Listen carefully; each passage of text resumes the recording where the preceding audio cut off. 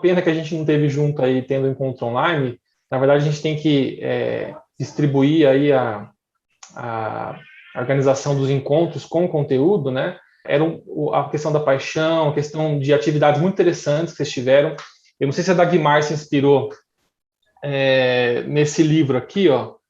Coincidentemente, eu fui dar uma olhada. Vocês viram uma época que tinha uma moda de fazer desenhos em...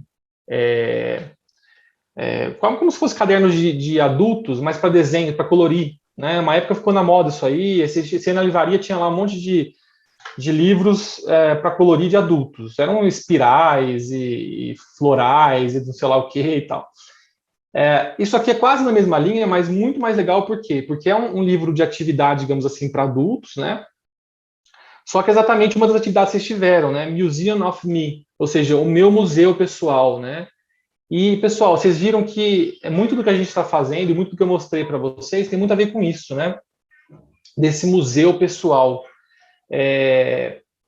Eu, inclusive, apresentei para vocês já algumas coisinhas que eu construo aqui. Vocês vão ver hoje mais na frente que a questão do papel do educador, né? Como um colaborador também, ou seja, no sentido de ele... um segundo aqui que estão me chamando, mas estou recusando aqui. No sentido de ele ser também alguém que divide os seus projetos com os alunos, e isso mostra que ele também está engajado, que ele também que os alunos podem também participar de projetos dele. Vocês vão ver que esse é um dos papéis do facilitador, né, do educador. E aí vocês podem ver que eu já, inclusive, mostrei para vocês em muitos momentos aqui que eu registro, né, minha trajetória, minha vida aí em fotografias, e muitas vezes isso coincide com as atividades que vocês vão fazendo, né? E muitas das fotografias dos álbuns eu coloco em caixinhas que eu também construo. Essa aqui, ó, dava uma boa atividade do museu de mim mesmo, né?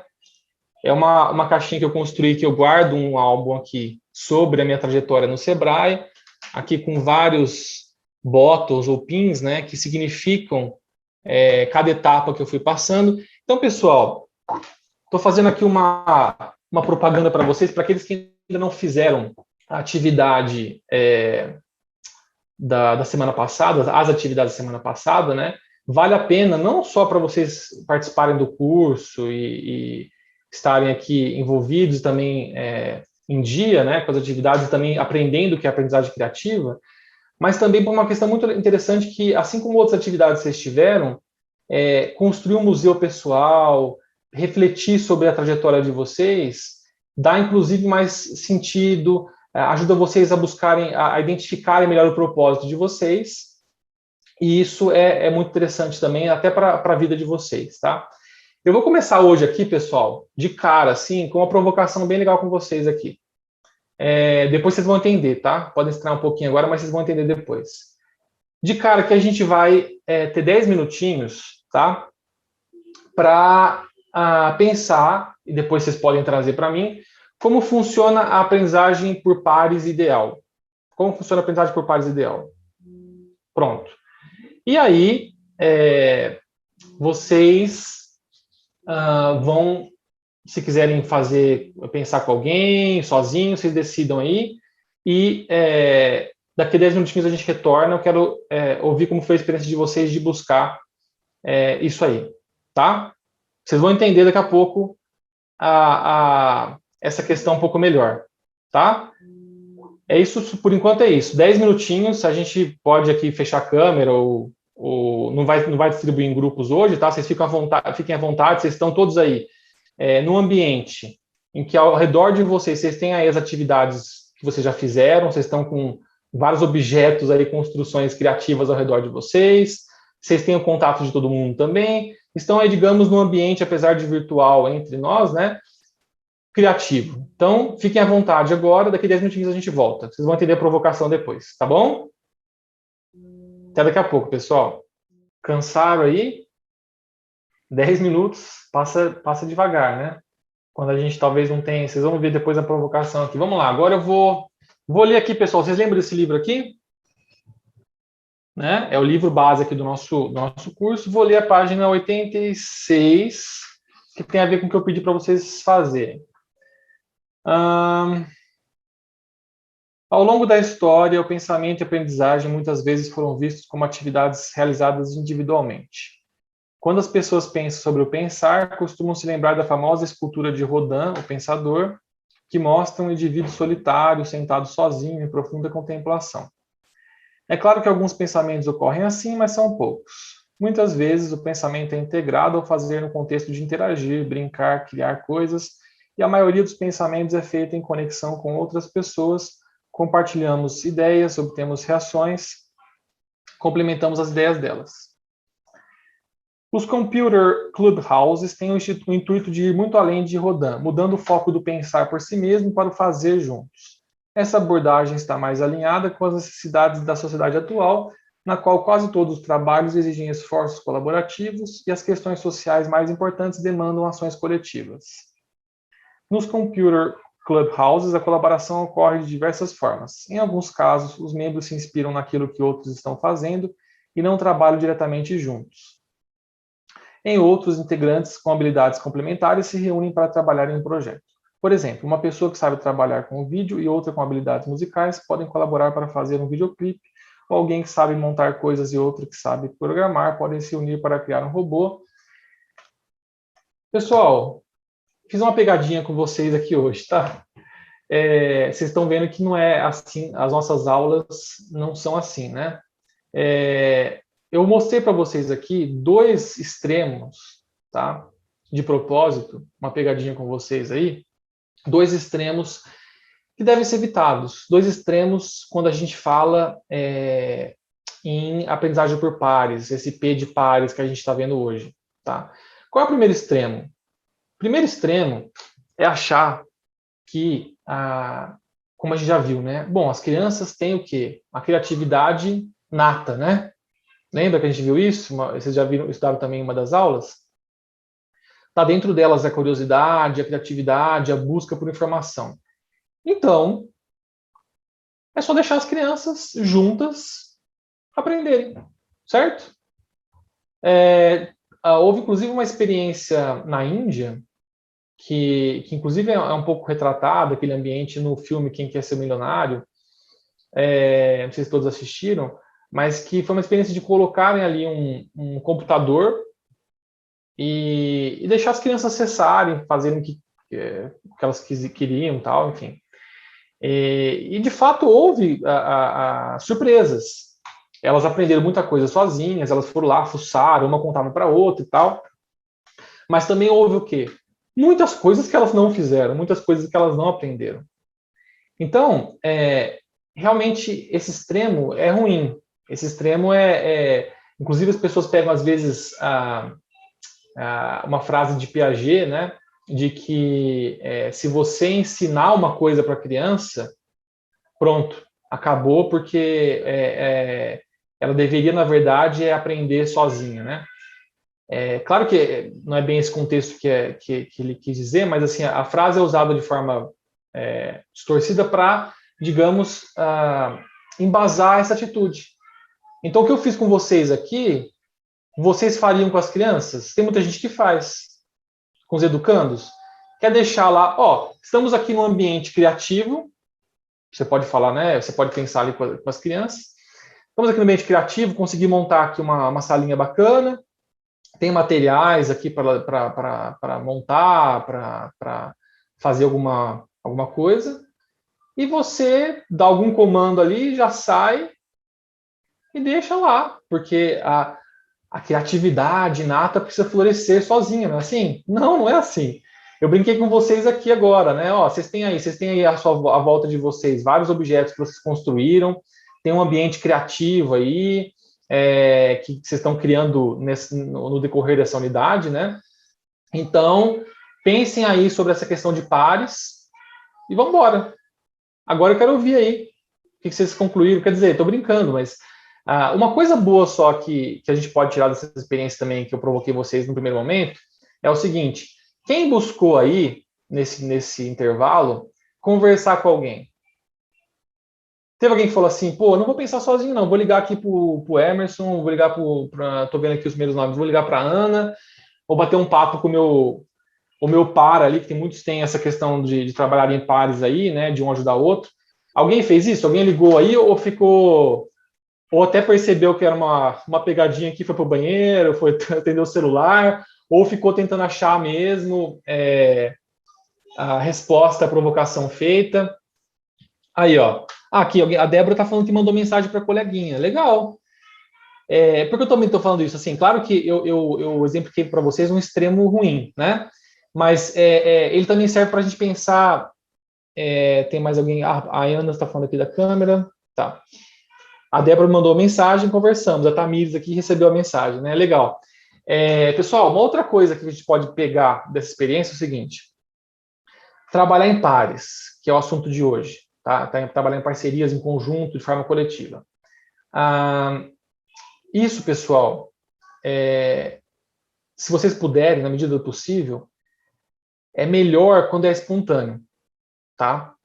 Por que eu estou dizendo isso? Obviamente, vocês vão, em algum momento, induzir o trabalho em pares, induzir, né? Mas, às vezes, não é tão legal, e eu acho que vocês podem verificar por experiência própria aqui no curso, nos encontros, não é muito legal, às vezes, aquela história, alguns gostam sempre, né? Falou que vai juntar aqui com alguém, eu já fico feliz, já estou animado. Mas às vezes nem tanto, às vezes começa a ficar enjoativo. Por exemplo, pessoal, agora vamos novamente nos dividirmos com os coleguinhas em grupos e tal. Aí o cara já fica, aí tem que chegar lá. Oi, pessoal, como é que o professor falou mesmo? Então, né? O que vocês acham? Então, eu acho o seguinte, tal. Aí fica aquela coisa, né? Aí no outro encontro, agora vamos dividir em grupos. Mesma coisa de novo. O Mitchell Resnick fala que esses clubhouses, né, que ele criou muito antes até dos espaços makers e tudo mais, eram espaços em que tudo era colocado de forma, e claro, com algumas induções também do educador, a gente vai ver isso mais à frente, né? Mas tudo é colocado de forma a estimular esse trabalho conjunto, coletivo, em parceria, que era muitas vezes gerado espontaneamente pelas necessidades. Pô, eu estou precisando fazer um negócio aqui. Você sabe fazer isso? Vem aqui, junta aqui, vamos lá então fazer e tal, tal, tal.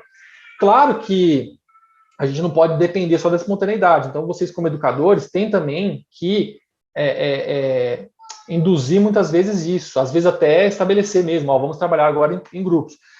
Mas percebam, pessoal, esse equilíbrio ideal entre, ao máximo, tentar puxar um pouco da espontaneidade, tentar fazer com que eles naturalmente se agrupem, naturalmente busquem um coleguinha para complementar o que ele consegue fazer.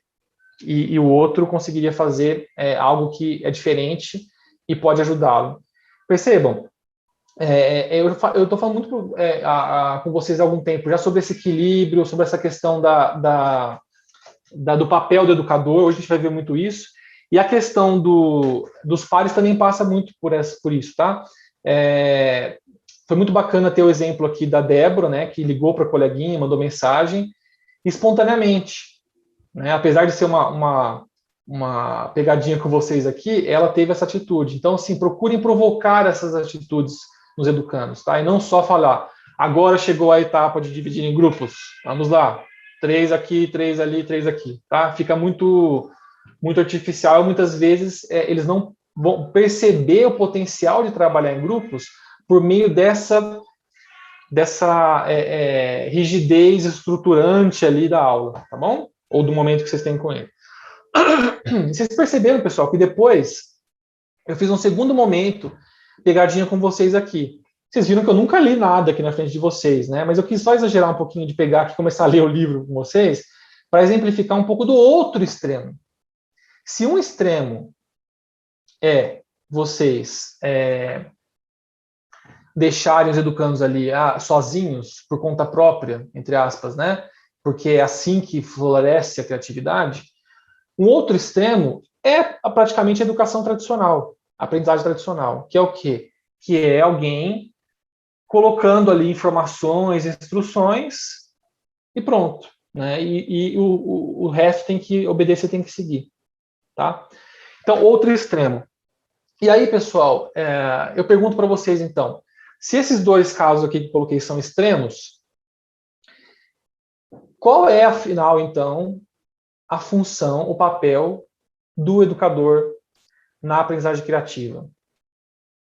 Provocando vocês, né? Não é, obviamente, aquela tradicional, a gente está vendo isso em várias aulas já, e várias atividades já. Não é eu ficar colocando aqui informação e todo mundo ouvindo. E mesmo na aprendizagem criativa, também não deveria ser eu ficar passando um monte de instrução. Agora vamos lá, vamos fazer um boneco assim assado, tal. Também é muita instrução e com relação à atuação em pares, como a gente vai ver agora, né? Não há muita essa percepção do valor de trabalhar em conjunto. Então, qual seria, afinal, essa função do educador na aprendizagem criativa? Vou deixar a provocaçãozinha com vocês aqui, pessoal, e vou colocar um videozinho para a gente ver. De novo, vale muito a pena a gente assistir os vídeos. Eles estão disponíveis lá no material de vocês. O pessoal aqui falando da internet, né? Muito ruim, alguns aqui. Vamos fazendo o que dá, né, pessoal? Depois a aula também vai ficar gravada, vocês podem, o encontro vai ficar gravado, vocês podem assistir, tá bom? Esses vídeos do Mitchell Resnick, que na verdade são praticamente esse livro aqui em vídeo, né? É impressionante como é bem parecido até a linguagem que ele usa, e por isso que é muito gostoso também ler o livro, né? Que é bem fluido. Então, vale a pena a gente assistir, e hoje a gente vai ver o específico do P de pares, tá? Foi a forceps aí, mas foi, né? Pessoal, vocês veem, né? Ele já, inclusive, colocou a questão do Scratch aqui, que a gente vai colocar hoje também. Nesse vídeo aqui sobre pares, né? O Mitchell Resnick coloca a importância do trabalho coletivo, né? Em conjunto. E um dos pontos que ele destaca, vocês veem no finalzinho, é a questão do respeito, né? De o pessoal ficar tranquilo de que não vai ser zoado, digamos assim. E, pessoal, isso não é só uma questão, tá? De criança, não. A gente pode achar que o bullying, né? Acontece mais aí entre crianças, entre adolescentes, enfim. Mas isso é um princípio fundamental em qualquer atividade, tá? Que envolva esses elementos que a gente vê aqui na aprendizagem criativa, né? De indução à criatividade e tudo mais. Por exemplo, eu quando aplico Lego Serious Play numa empresa, em termos de educação corporativa, tá? Um dos pilares também do Lego Serious Play é esse. Falar, pessoal, o que cada um coloca, tá? Na construção de Lego para metaforicamente representar com aquilo, tá valendo. Não é para você falar assim, nossa, mas você falou que com isso você quer representar. Sim. Então, assim, ambiente totalmente aberto, tá? A expressão, a opinião e a metáfora que quer ser utilizada, tá? A mesma coisa aqui com as crianças. Então, assim, se sentirem seguros nesse ambiente, né? Mas a questão que eu provoquei vocês, né, sobre o trabalho em grupo, vocês viram aí, ele acontece lá no Scratch, a gente vai ver daqui a pouquinho, no ambiente online. Um dos P's que mais foi afetado pela pandemia, com certeza, e também pela questão das próprias tecnologias, é o P de pares, né? Tem a possibilidade de online, tem a possibilidade presencial, mas de qualquer forma isso é essencial, né? Trabalho em grupo e tudo mais. Eu vou colocar outro videozinho agora rapidinho, pessoal, de 1 minuto, em que vocês vão ver de novo que essa questão que vocês vão trabalhar com eles, o aprendizado em pares, ela é essencial no mundo depois da atividade profissional deles. Esse videozinho que vocês vão ver agora, eu trabalho no Sebrae, você sabe disso, né? Eu também era co-curador do Sebrae Lab, tá? Que tem essa pegada aí, essa pegada de espaço para criatividade e tal. Era um espaço que o Sebrae tentou criar de forma diferente, para que o atendimento, inclusive dos pequenos negócios e tudo mais, fosse uma coisa mais parecida com esses ambientes que a gente vê, né, na Google, colorido e tal, e muito parecido com o que a gente está falando com vocês aqui no âmbito das crianças também, né, para estimular a criatividade e tudo mais. E lá vocês vão ver a questão da importância do trabalho em grupo também, que a gente já quer incutir nas crianças desde já, né, para que elas aprendam a importância disso. E aí eu vou continuar fazendo a provocação para vocês, mas vamos lá aqui no videozinho, um segundo também, e depois a gente já faz o fecho aí, que vocês devem estar curiosos sobre a provocação. Vivemos tempos fluidos, onde a colaboração está acima da competição, onde o coletivo está acima da individualidade, onde o orgânico está acima do mecânico, onde fazer está acima de dizer. Vivemos cada vez mais integrados, unidos, seguindo o mesmo fluxo, em ambientes onde trabalho, aprendizado e lazer se misturam, em espaços onde o conhecimento é compartilhado, nos conectando e nos organizando em redes, nos movendo em grupos sem líderes ou sistemas hierárquicos.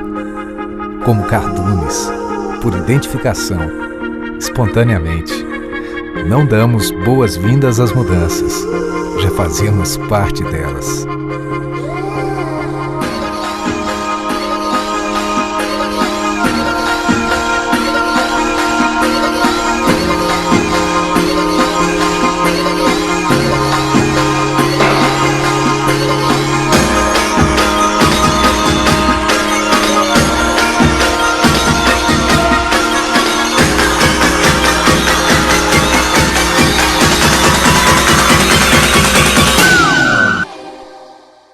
Legal, né?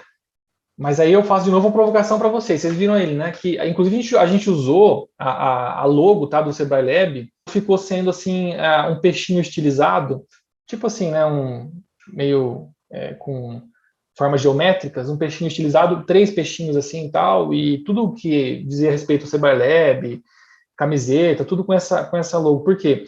A ideia do cardume, né? Vocês viram no vídeo. A gente não, hoje, né, colocando na questão do trabalho hoje, do ambiente corporativo, a gente não tem mais hoje líderes, a gente não precisa mais de líderes, a gente anda em cardume, né? A gente vai junto, ou seja, a importância do trabalho coletivo, do trabalho em grupo. Mas aí, de novo, provocação, né? Mesmo no ambiente corporativo, obviamente, é preciso sim líderes para pontuar, né, determinadas estratégias e tudo mais, mas ali enfatizando muito essa questão, né, do bando, do cardume, do grupo. E vocês viram aqui na provocação que eu já fiz que soltar realmente as crianças, voltando aqui para a nossa realidade, né, não é ideal, é um extremo que não dá certo. Também não dá certo ao tradicional de só passar instrução ou mesmo ficar dividindo em grupo de forma muito engessada, muito rígida, e as crianças de repente nem aguentam mais falar agora chegou a hora de dividir em grupo, tá, beleza, tal. Então, e acho que aqui está o centro, tá, pessoal, do nosso encontro hoje, qual é a função do educador na aprendizagem criativa? Vocês lembram que desde a aula do encontro passado, eu estou tentando enfatizar com vocês muito desse papel de vocês quando acabar aqui a unidade. Vocês viram que na aula passada, no encontro passado, a gente também exercitou um pouco com vocês como é que vocês iriam aplicar alguma dinâmica pensar numa aplicação da dinâmica com as crianças, com os educandos. Vocês também viram que no fórum avaliativo, né, inclusive reforçando o aviso aqui, a gente já vai fechar a correção e vai iniciar um segundo fórum avaliativo, tá? Nesse fórum, vocês viram que o objetivo era o quê? Era adaptar uma das atividades que vocês fizeram para a realidade que vocês terão. Era pensar nessa adaptação. Então, estou provocando vocês cada vez mais, a gente já está caminhando para o término, né, digamos assim, já estamos na segunda metade aqui da unidade, então, cada vez mais é importante vocês começarem a transpor sempre o que vocês estão fazendo, o que vocês estão ouvindo, para a realidade que vocês vão enfrentar, tá? E aí, essa questão é crucial, tá? P de pares é crucial, e essa questão é crucial, tá? Mas se eu não posso cair no extremo de soltar lá, trabalhem junto aí, pronto, e nem de ficar também engessando muito a questão de dividir em grupo e também de dar instrução e informação, qual é então o papel do educador? Tá? Quatro pontos aqui que o Mitchell Rednick traz que a gente vai enfatizar com vocês. Tá? Primeiro ponto, catalisador. Vou fazer com vocês aqui, ó, alguns já devem ter visto, uma experiênciazinha. Estão vendo aqui? Eu tenho aqui água oxigenada, tá? Água oxigenada volume 10. Alguns talvez já tenham visto isso aí na escola, né? Muitos de vocês aí são bem jovens, devem estar com isso até mais fresco do que eu na cabeça, dessa experiência aqui, eu não sei se todos viram. Vou colocar aqui, ó, pessoal, água oxigenada aqui no primeiro copinho, tá? Tá bom, aqui. Água oxigenada no segundo copinho.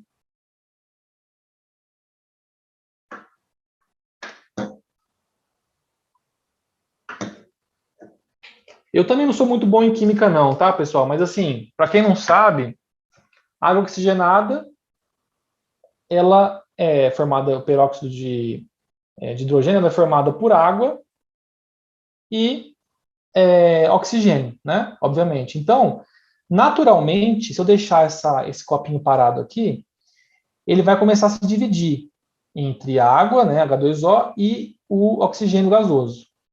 Só que a reação é tão lenta, que a gente não consegue ver. Se eu olhar bem de pertinho, talvez eu veja algumas bolinhas, mas é muito lenta essa reação.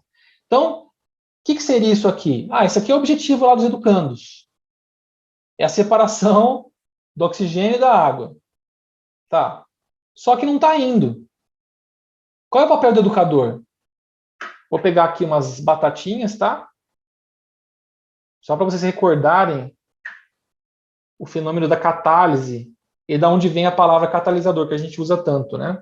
Vou colocar aqui as batatas num dos copinhos e percebam o que acontece, ó. Ó. Já começa a aparecer aqui uma espuma de muitas bolhas saindo.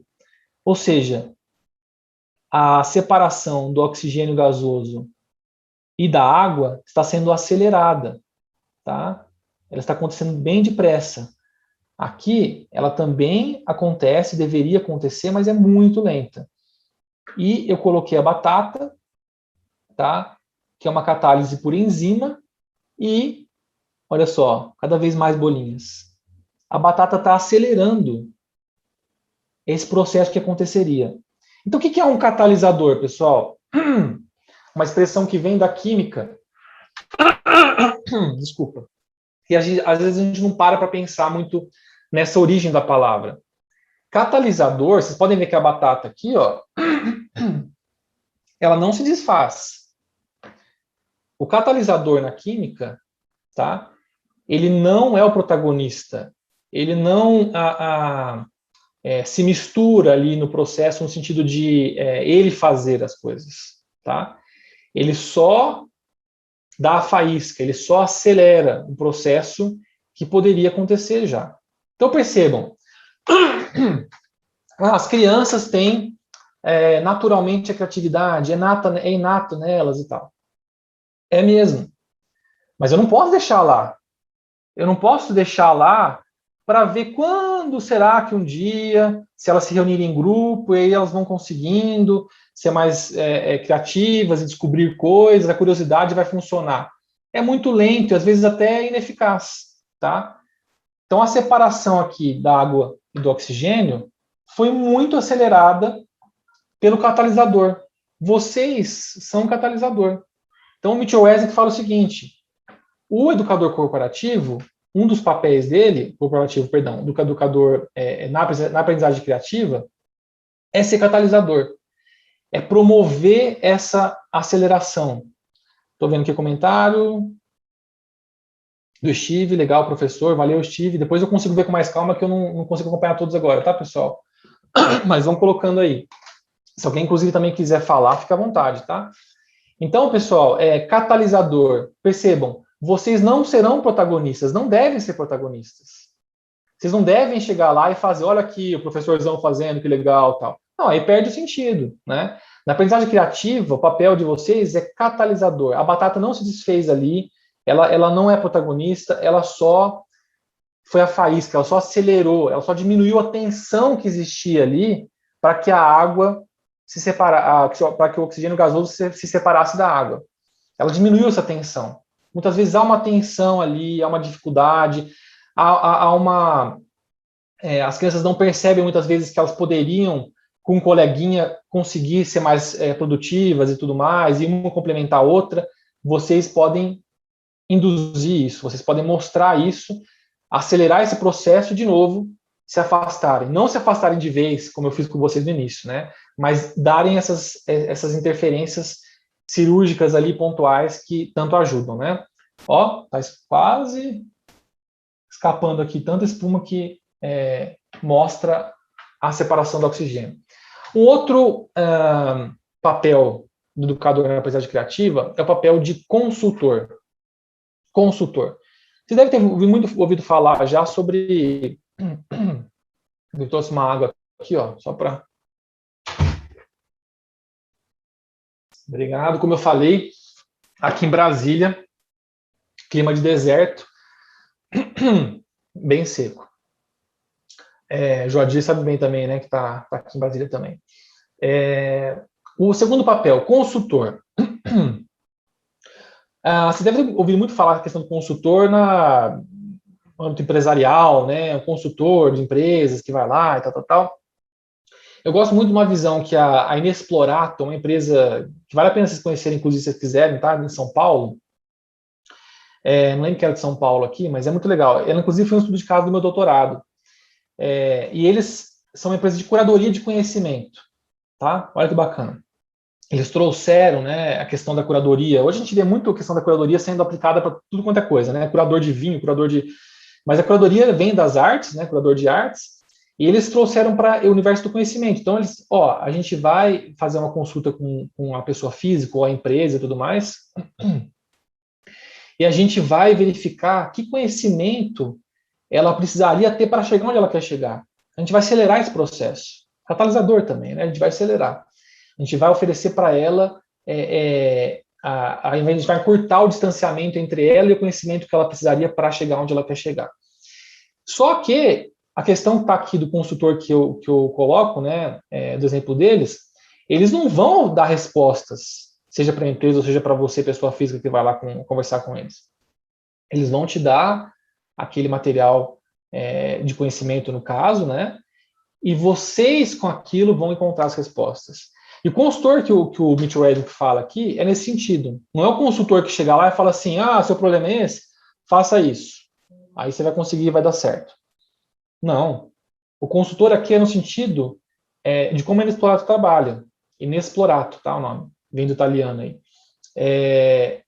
Você vai proporcionar aos educandos, tá? O que você percebe que eles estão precisando ali no momento e, de novo, você sai. Percebam essas idas e vindas? Não é abandonar, também não é ficar toda hora instruindo. É entrar e sair. Aqui vocês vão entrar para o quê? No papel de consultor. Para prover alguma coisa que está faltando. Pode ser um material, pode ser... às vezes está faltando ideia. Qual é a forma de provocar ideias, sem dar as respostas, sem dar a ideia pronta? É fazer perguntas. Então, um grande papel do consultor é perguntar. Escuta, pessoal, o que vocês estão fazendo aqui mesmo? E por que vocês querem fazer isso? Legal. E como é que você acha que dá para fazer e tal? E aí, com as perguntas, vai provocando, de repente, a ideia surge naturalmente pela criança, né? De forma independente, de forma autônoma, não você dando. Percebam de novo, então, o papel do consultor. Catalisador, consultor, sempre entrando e saindo, tá? Outro... Deixa eu tirar aqui, senão vai derrubar a minha água oxigenada aqui. Outro papel do educador na aprendizagem criativa é o papel de conector. Trouxe aqui para vocês mais uma vez, né? Minha paixão por Legos aqui. Então, vocês têm aqui, ó. Estão vendo aqui? Então, né? Vocês têm aqui conector, papel de conector. Olha só, o que o conector faz? De novo, uma possibilidade, né? Se alguém aqui tem uma dúvida, uma necessidade, é eu chegar aqui e falar, tá bom, tô aqui, ó. Tô aqui suas peças, resolvido, tá? Aí o outro também tem a dúvida. Tô aqui suas peças, tá? Resolvido, pronto. Às vezes, o papel de vocês não é fazer isso. Às vezes o papel de vocês é simplesmente fazer o quê? Conectar um educando ao outro educando. E aí, de repente, a complementação entre eles é o suficiente para que eles resolvam a questão que estava sendo colocada. Percebam? É muito mais produtivo, quando possível, obviamente, né, que vocês encaminhem os educandos para a busca de determinada resposta ou de determinada saída por conexões. Vocês encaminham eles para essa resposta por conexões. Às vezes, é preciso você atuar como consultor, certo? Provocar algumas perguntas, trazer algumas respostas, mas sempre que possível, trabalhar como conector. Vocês percebam aqui no próprio exemplo de vocês, tá? Às vezes, alguém tem uma dúvida operacional lá no grupo de WhatsApp, né? E o que a gente gosta muito, eu e o professor Joadir, é de que, de repente, alguém, e o objetivo do grupo é esse, né? Alguém chega lá e fala, opa, você está com essa dúvida? Eu já fiz isso lá no mural, e é assim que você faz, lá deve fazer, tal, para funcionar, né? Percebam, é uma conexão entre vocês mesmos que gera a saída para o problema. Então, papel de conector, tá? Vocês como educadores, procurem sempre, na medida do possível, promover conexões para a resposta das questões colocadas ou para as dificuldades que possam ser encontradas, tá? E por fim, quarto elemento aí, tá? É o colaborador. Quarto papel, colaborador. Então, recapitulando, catalisador, consultor, conector e colaborador. O que quer dizer colaborador aqui? Eu tinha adiantado para vocês no início, né? Quando eu mostrei um pouquinho aqui do meu museu pessoal aqui profissional, do Sebrae e tal, dos pins, né? Que eu vou colocando para fazer o meu diário da minha trajetória, digamos assim.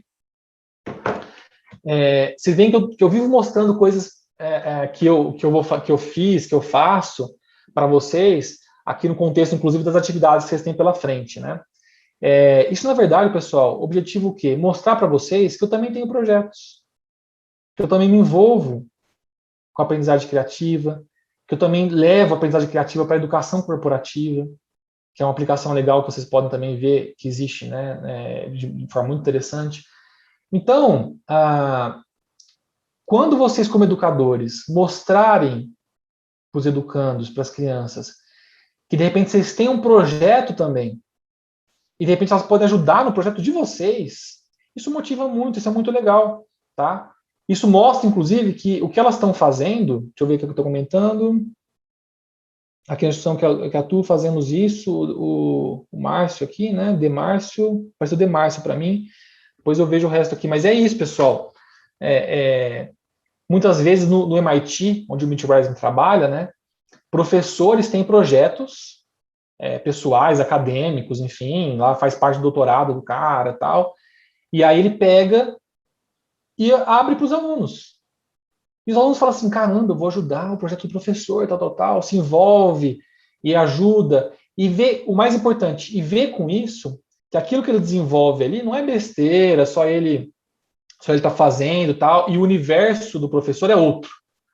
O universo do professor é outro. Ele é adulto, ele está em outro mundo. Tal. Não, às vezes vocês mesmos, tendo projetos, isso torna ainda mais significativo e mais relevante para os educandos perceberem que o que eles fazem, eles também fazem. E que eles podem participar, de repente, de um projeto que vocês têm. Entenderam? Então, colaborador, vocês também colaboram na execução de projetos como realmente colaboradores, não apenas como instrutores ou como educadores, tá? Até aproveito aqui, pessoal, para depois deixar no chat aqui, deixa eu ver se eu consigo pegar agora, para exemplificar para vocês. Por exemplo, eu tenho um projeto, digamos assim, em que eu falei, né, dessa união entre aprendizagem criativa, educação corporativa, levar isso, como diz o próprio Mitchell Resnick, né, para a vida toda. Então, levo também para aprendizagem, para educação corporativa. Tem um blogzinho, enfim, chamado Em3Ddorismo. Uma brincadeira com a palavra empreendedorismo, né, mas em 3D, aí no começo, exatamente porque o Lego, nas atividades Lego Serious Play, na aprendizagem criativa também, com esse manuseio, né, dos objetos, das construções em 3D também que vocês estão desenvolvendo, né? Então, a palavra é empreendedorismo. Aí, se vocês quiserem depois, eu estou deixando aqui no chat, visitarem lá, vai ser um prazer, tá? Ter vocês compartilhando de repente, ou comentando alguma coisa lá, passando para frente. Percebam, estou dando um exemplo para vocês aqui bem concreto. É um projeto meu que eu estou abrindo para vocês participarem na medida do possível. Ou seja, eu não estou aqui falando com vocês algo que está totalmente distante da minha realidade. Não estou aqui colocando para vocês uma coisa que, Israel nem faz, nem mexe muito com isso. Não, ó, vocês veem que toda hora eu estou, inclusive, para mim mesmo, fazendo atividades de aprendizagem criativa, né, aplicando para meu próprio acervo aqui de diários, de registros pessoais, para ter cada vez mais claro o meu norte, meu propósito e a minha trajetória profissional que me motiva para continuar, tá? Então, pessoal, catalisador, consultor, conector e colaborador. Tá claro para vocês? Eu vi que alguns comentaram que eu não consigo acompanhar ao mesmo tempo que falo, o chat. Alguém queria falar alguma coisa? Eu vi agora aqui com mais calma, ó. Márcio, aqui na instituição que atuo, fazemos isso com os oratorianos, pois às vezes as crianças não querem se juntar para participar dos jogos e brincadeiras. Alguém tinha comentado antes aqui também. Muito legal, professor, toda a proposta do material, atividades que eu procuro pensar a possibilidade de criação de planejamento, provocação, levando em consideração a realidade do público. Alguém quer falar, pessoal? Só para ficar mais fácil de todo mundo ouvir aqui, se não estiver acompanhando o chat, alguma observação também, alguma dúvida sobre essa questão dos quatro papéis, digamos, aí do educador na aprendizagem criativa? Não? Então, vou fechar aqui, só a última vez, tá? Alguém ia falar? Não? Eu não estou vendo também todas as fotinhas aqui, mas todas as imagens. Catalisador, lembre da batatinha. Vocês não são protagonistas, não devem ser, tá? Protagonistas, o professor sábio, o bonzão que chega lá, pô, não está conseguindo fazer esse negócio aqui? Deixa eu mostrar para você. Pra lá. Nossa, olha como ficou lindo a construção do professor. Não, né? Aí a criança, se for com Lego, por exemplo, dando exemplo, né? Chega lá o cara, a criança, pô, vou até parar aqui, hein? O cara chega lá, já monta um negócio cabuloso, eu não consigo nem encaixar. Não, vocês vão pegar e vão colocar ali a participação de vocês como a batata, que não vai se dissolver ali, ela só vai despertar, ela só vai acelerar, tá? Ela vai ser a faísca. Consultor, vocês não vão dar respostas prontas, vocês vão fazer perguntas, vocês vão ajudar, vocês vão prover os educandos do que for preciso para que eles próprios consigam avançar. Conector, muitas vezes, e sempre que possível, encontrem a saída por meio das conexões, não sempre vocês provendo a saída. E colaborador, tenham também vocês próprios projetos que possam ser compartilhados com os alunos de vocês. Eles vão se sentir mais engajados a partir disso, tá bom? Pessoal, o Mitchell Reza que falou no videozinho lá sobre a questão do Scratch. Vocês já viram numa aula, no encontro passado, teve uma atividade acho que chamava a menina do Scratch, não é isso? Que vocês, inclusive, acho que se não me engano, no relato dela, vocês grifaram ali os 4 P's de cores diferentes e tal. Então, assim, provavelmente vocês já deram uma olhada no site do Scratch, se não deram ainda, tá lá tudo no material, vale a pena, tá? Se inscreverem, inclusive, fazerem uma continha lá e tal no Scratch. O Scratch, vocês sabem, é uma linguagem de programação criada, né, para as crianças se expressarem ali, mas é mais do que isso, tá?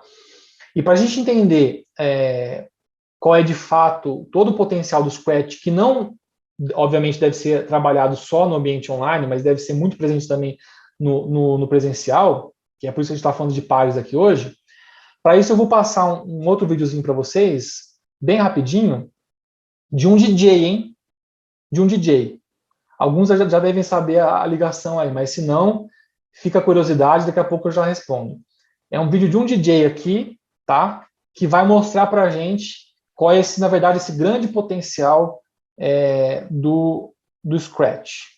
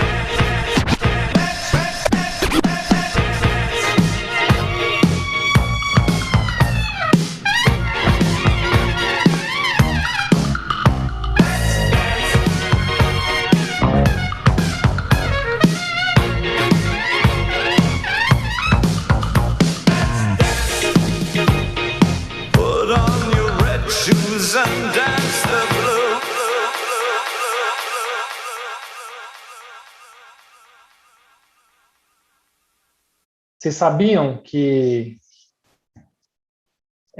scratching em inglês é exatamente isso, esse trabalho aí essa habilidade aí do DJ de ir arranhando, né? Essa é a tradução, digamos assim. Deixa eu voltar minha câmera aqui, né? De arranhando, né? Aquele né, do DJ, ele vai arranhando. Isso começou lá com disco de vinil, né? Hoje tem equipamentos mais modernos, mas assim, o cara colocou o próprio disco ali mesmo, né? Você ir arranhando, scratching o disco, e aí você vai criando essas customizações, essas adaptações, essas criatividades mesmo em torno da música original. Você vai o quê? Você vai remixando a música original. Ele brinca ali também com outros comandos, né? Vocês veem a habilidade dele ali. E o que é legal, por que eu escolhi esse vídeo específico para mostrar o scratching ali do DJ? Vocês vejam que desde o início ele coloca ali o disco do Dave Bowie, né? Que ele vai usar. Ele faz quase um tributo ali, né? Para o artista original. Ou seja, ele está reconhecendo que ele toma ali uma obra de outra pessoa e cria em cima dela. Certo? Isso não é desrespeito ou plágio, não. Ele até está fazendo um tributo, ele está criando em cima de uma música que ele acha maravilhosa, enfim, e ele está lá brincando em cima dela. Muitas pessoas, o Mitch Resnick fala no ambiente do Scratch, não gostam até hoje de que outras pessoas copiem ou usem os códigos que elas criaram, né, lá dentro da comunidade. Ou reclamações que ele recebe sempre, né? Acho que uma coisa que poderia ser mudada aqui na plataforma seria a possibilidade de a gente escolher se a gente quer ou não que outras pessoas possam usar nosso código, porque é padrão já da comunidade, da plataforma, que toda construção né, em código que as crianças façam, já apareça, se você clicar assim, você já consegue ver todo o código que ela fez. Obviamente para estimular a remixagem. Então, assim, como o Charles fala, a gente tenta receber todas as críticas e sugestões, fazer o que é possível para melhorar, mas nisso aí a gente não muda, não. Porque isso é premissa básica. E está aqui o ponto que eu queria trazer para vocês, que torna o Scratch, né, a experiência do MIT lá do Mitchell Resnick, mais do que uma questão de linguagem de programação.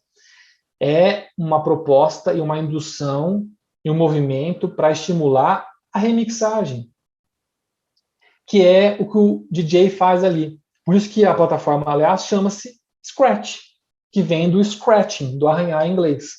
Ou seja, o que o Mitch Resnick quer enfatizar, e o que a gente precisa também ter em mente quando a gente fala de aprendizagem criativa, é isso, essa abertura para remixagens. Não é no sentido de copiar negativo, tá? É no sentido de que toda criação humana, obviamente, tem referências, né?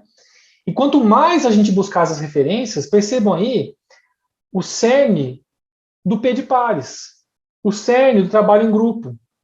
É você perceber, e aí no material vocês vão ver que é uma brincadeirinha desde o início lá, vocês vão ter umas atividades de sessão cinema também, sessão pipoca, né? E inclusive com o Tom Hanks lá, no Náufrago, né? Por quê? Porque, velho ditado também, nenhum ser humano é uma ilha. Então, a grande lição aqui do Scratch, da aprendizagem criativa também em ambientes presenciais e tudo mais, é perceber o quê? Que a criatividade, as ideias, são muito potencializadas se você está com outras pessoas, se você pega referências de outras pessoas, se você ouve outras pessoas, se você coloca na mesa a questão, a sua ideia, e outras pessoas complementam. Ah, não vou colocar minha ideia porque senão vão copiar e aí vão roubar minha ideia. Não. Quando você coloca a sua ideia na mesa, isso, pessoal, vale até para o universo dos negócios também. Muitas pessoas hoje já estão percebendo que aquela ideia de muito segredo na ideia da sua startup não é legal. O legal não é se abrir e conversar, porque quanto mais você conversa, mais você dialoga, mais você recebe insumos de outras pessoas. Lembram? Outro ditado: duas cabeças pensam melhor que uma. Então, por mais que você seja um gênio e você se debruce lá sobre a sua ideia, ou sobre a sua tarefa, ou sobre o seu desafio, e tenha diversos insights sobre aquilo, com certeza você vai ter mais ainda insights melhores, se você dividir, compartilhar aquela sua ideia e receber insights e insumos de outras pessoas, tá? Olha aqui, pessoal, esse aqui é um livrinho que eu publiquei, o primeiro livro que eu publiquei. Depois eu também tenho um sobre economia criativa e tudo mais, que tenho muito orgulho também de ter sido finalista do Prêmio Jabuti com esse livro de economia criativa, mas esse aqui foi o primeiro livrinho que eu publiquei, não sei se dá para ver ali, 40 rinocerontes. Um livro de crônicas, né? Eu escrevi em jornal, tinha umas colunas de jornal de crônicas, e em determinado momento eu falei, vou reunir as minhas crônicas em livro, né?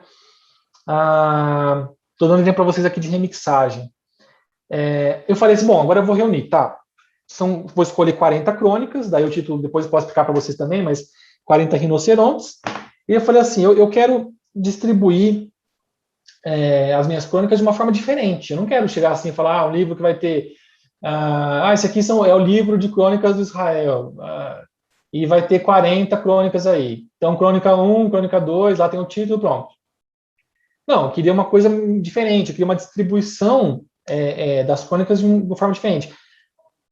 Referências. Aí eu lendo um português que eu gostava muito, que é o João Pereira Coutinho, em cujos livros, né, de seleção de crônicas, ele fazia uma divisão por tema, ou seja, se o tema do livro era, por exemplo, falava muito sobre o Brasil e tudo mais, aí ele chamava o livro de Avenida Paulista, por exemplo, e aí, então, a divisão das partes do livro, em cada parte havia algumas crônicas, era por conta desse tema geral do livro, Avenida Paulista. Então, ele brincava, às vezes, com a questão da avenida, da questão de trânsito, tal. Eu falei, caramba, é isso. Eu vou dar um tema geral, aí surgiu a metáfora do rinoceronte, que depois eu posso explicar para quem se interessar e tal.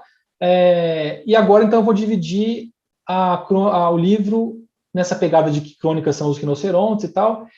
Numa primeira parte vai ser o cativeiro, porque são formatos mais fechadinhos e tal, mais certinhos. E o outro formato vai ser a manada livre, porque os rinocerontes estão soltos, são textos que eram mais divididos em partes, que eu escrevia, não era um texto em prosa tradicional, Percebam, não foi eu que inventei essa divisão pelo tema que você escolhe para o livro, tal. Mas é meu, a ideia do rinoceronte é minha, mas assim, foi olhando para o João Pedro Coutinho que eu remixei a ideia dele, apliquei no meu livro, depois, ainda mais, na capa, falei, eu quero também um animal diferente, para representar o rinoceronte, uma imagem diferente, que seja meio antiga, diferentona, tal, porque um outro autor que eu gostava também usou também uma imagem de um animal, uma pintura do século XVII, tal, para falar do animal na capa. Falei, que bacana. Aí que eu descobri o rinoceronte de Dürer, um alemão lá, uma história super bacana também, que é uma xilogravura interessante do século XVI, virou a capa do livro. Quer dizer, remixei a ideia de várias pessoas. Pessoal, na vida de vocês é assim, e na educação pela aprendizagem criativa também tem que ser assim. As crianças têm que perceber, né, que quanto mais elas compartilharem as suas ideias ou os seus desafios e problemas, mais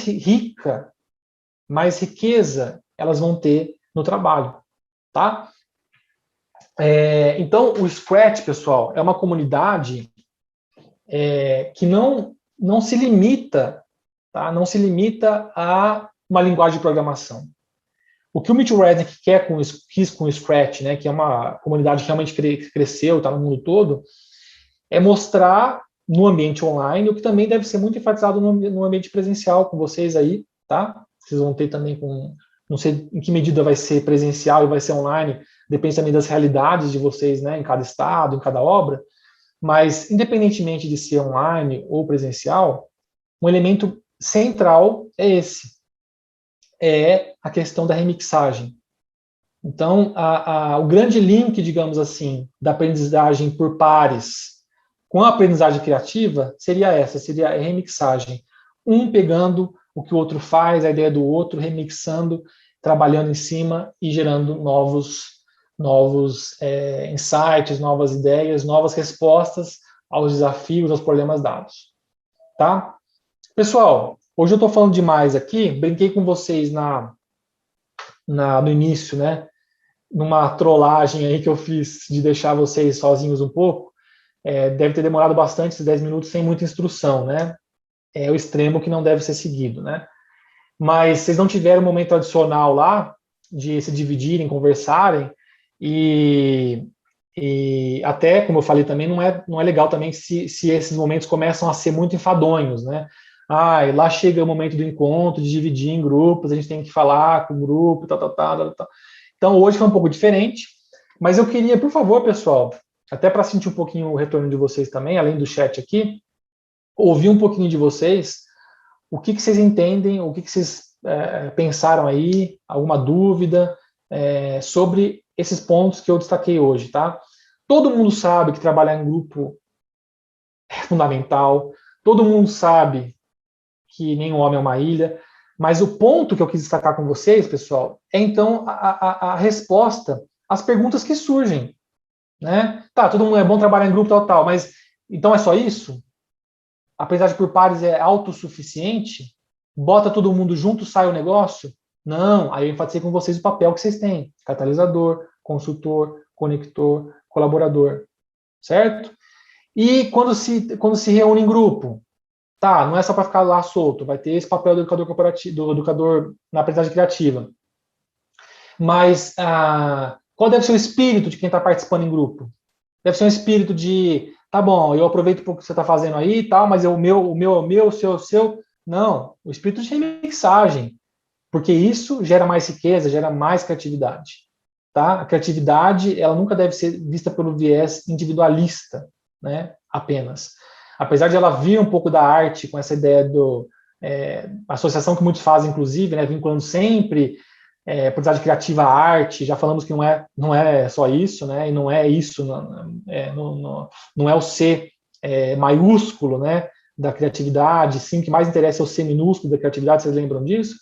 Então, é mais a criatividade aqui que é alimentada coletivamente do que aquela individualista. Então, pessoal, é isso que mais importa vocês compreenderem, tá? No âmbito do P de pares, tá? Para não repetir simplesmente o que todo mundo já sabe, que é importante trabalhar em grupo, né? Mas aí surgem essas questões que eu tentei responder com vocês aqui. Está falando que gostaria de saber aqui qual é a metáfora do rinoceronte. Eu não sei se todo mundo se interessa. Vou falar rapidinho aqui para não tomar o tempo de vocês também, então. Mas assim, a crônica, como vocês sabem, é um texto que é baseado em aspectos do cotidiano, enfim, né? Mas que às vezes tão inusitados são interessantes e você reflete a partir deles, né? Então tem vocês devem conhecer, inclusive, esse livro, é muito bacana, o Ortodoxia do Chesterton. Quem já leu do Chesterton? Ortodoxia. Ele, inclusive, era um católico e recomendo esse livro, viu, pessoal? Ortodoxia do Chesterton, fantástico. Ele é um pensador tremendo, Chesterton. E tem um trecho dele que é assim, desse livro, que ele fala assim, ó, uma coisa, ele não está falando de crônica não, tá? Eu é que fiz uma remixagem aqui. Uma coisa é descrever uma entrevista com uma górgona ou um grifo. Górgona é aquela medusa cheia de cobra na cabeça, tá? Né? O grifo é aquela águia com corpo de leão, tal, né? Então ele fala assim, uma coisa é descrever uma entrevista com uma górgona ou um grifo, criaturas que não existem. Outra coisa é descobrir que o rinoceronte existe e depois sentir prazer pelo fato de que ele parece um animal que não existe. Olha que legal. Eu falei, caramba, isso é crônica, né? Porque assim, você olha para a realidade, você fala assim, caramba, olha que pitoresco isso aqui que eu vi andando na rua, ou saiu no jornal, uma notinha ali, ou esse fato do cotidiano, né?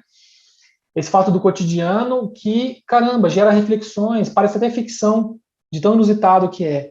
Isso é crônica. Então, usei essa metáfora do rinoceronte como sendo a crônica, né? E aí o livro tem 40 crônicas, 40 rinocerontes, né?